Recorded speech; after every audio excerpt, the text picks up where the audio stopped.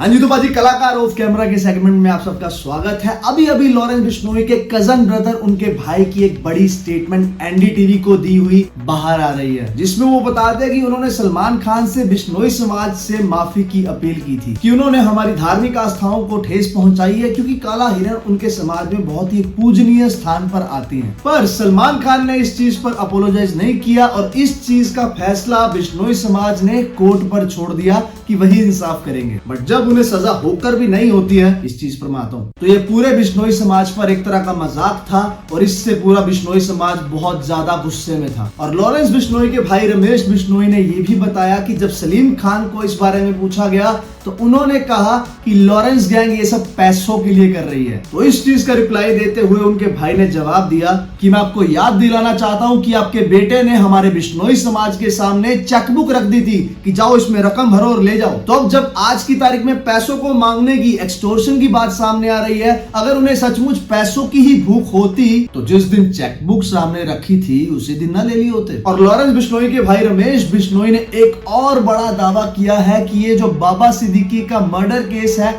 And ये 5 करोड़ का जो एक्सटॉर्शन केस है, इन दोनों में ही उसके भाई लॉरेंस बिश्नोई का हाथ नहीं है। और उन्होंने ऐड करते हुए ये भी कहा कि लॉरेंस बिश्नोई के खुद के पास 110 एकड़ की लैंड है और उसके सभी भाई बंधु और कजन ब्रदर जमींदार हैं, लैंडलॉर्ड्स हैं। तो वो ये फिरौती की डिमांड क्यों करेंगे? पहले ही वो धनी और सर्वगुण संपन्न है। अब जिन लोगों को नहीं मालूम है कि आखिर में ये ब्लैक बक केस था क्या और उसमें सजा हुई थी क्या, सलमान खान ने काटी थी, उस चीज के बारे में थोड़ा सा बात कर लेते हैं। 1998 में हम साथ साथ की शूटिंग चल रही थी जोधपुर राजस्थान में। तब 16 सितंबर 1998 को सलमान खान पर एक इल्जाम लगता है कि इन्होंने 2 ब्लैक बक्स यानी कि काला हिरन को हंट डाउन किया है, शूट कर दिया। और जो ब्लैक बक है यानी कि काला हिरन, जिसको चिनकारा कह के भी संबोधित किया जाता है, वो बिश्नोई समाज के लिए एक पूजनीय स्थल पर आते हैं, उनको पूजा जाता है। बिकॉज बिश्नोई समाज की जो बुनियाद है वो इसी चीज पर बनी है, टू प्रोटेक्ट आवर नेचर। उसमें पशु पक्षी भी आते हैं और काला हिरन सबसे ज्यादा पूजनीय है। अब 16 सितंबर 1998 को जब Salman Khan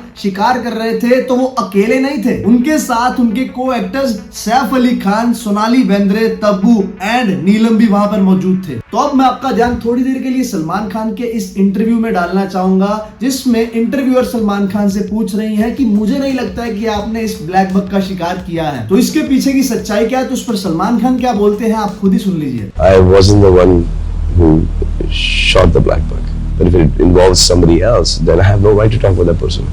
If I can save a life, if I can save a person, and I can take it onto me and lie, I would do that. तो कुल मिलाकर उनकी बातों को सुनकर तो ऐसा ही लग रहा है कि वो किसी को प्रोटेक्ट करने की कोशिश कर रहे हैं। खैर 5 अप्रैल 2018 यानी कि पूरे 20 साल बाद सलमान खान को दोषी करार दिया जाता है और सजा के तौर पर उन्हें 10,000 का जुर्माना और 5 साल की जेल सुनाई जाती है और बाकी के को एक्टर्स को बाइज्जत बरी छोड़ दिया जाता है। बट अब आता है मेन ट्विस्ट, यानी कि 2 ही दिन यानी कि 7 अप्रैल 2018 को सलमान खान को बेल ग्रांट कर दी जाती है ब्लैक बक पोचिंग केस में। और तब से अब तक वो कभी जेल गए ही नहीं, यानी कि 5 साल की सजा कागजों में तो थी बट उन्होंने कभी उसका भुगतान किया नहीं। तो इसी चीज का गुस्सा और गिला शिकवा बिश्नोई समाज अपने दिल पर लेकर बैठे हैं कि जिस चीज की सजा कोर्ट ने सुनाई थी जस्टिस करने के लिए, उसका भुगतान या पश्चाताप सलमान खान ने किया ही नहीं। और आखिर में फिर से वही बात फ्रंट फुट पर आ जाती है कि बिश्नोई समाज से माफी मांग लो। अब सलमान खान के माफी ना मांगने की वजह क्या हो सकती है? अगर वो माफी मांग लेते हैं तो एक तरह से वो अपने क्राइम को कन्फेस कर रहे हैं, क्योंकि लीगली माफी तो उसी चीज के लिए मांगी जाती है जिसके लिए आपने क्राइम किया हो। तो माफी जैसा एक अच्छा जेस्चर होते हुए भी ये लीगली